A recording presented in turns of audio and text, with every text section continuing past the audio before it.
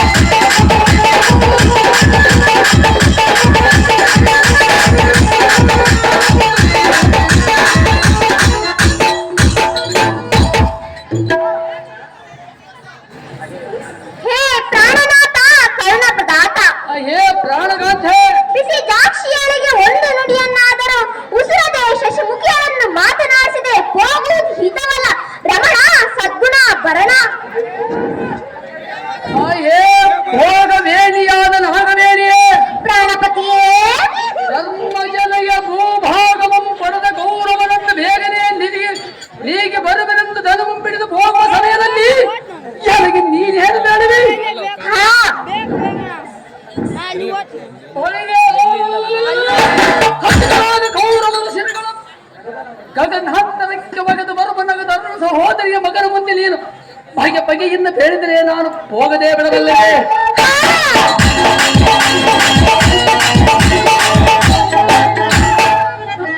ಹೊಳೆವೆ ತುಡಿಕಿ ಕೂರುಪನ ಪಡೆ ಎಂಬುಡಿ ಹೊಡೆಯದಿದ್ದರೆ ಈ ಪಡವಿಯ ಕೊಡುಗಲಿ ಯಾದವರಿಗೆಂದ ಪಡೆದ ಜಲ್ದಿ ಬಂದಿ ಎನ್ನುವುದಕ್ಕೆ ಸಂಶಯವೇನು? ಬಟ್ ನಡುವಿನ ಮಡದಿ ಮಣಿಯೇ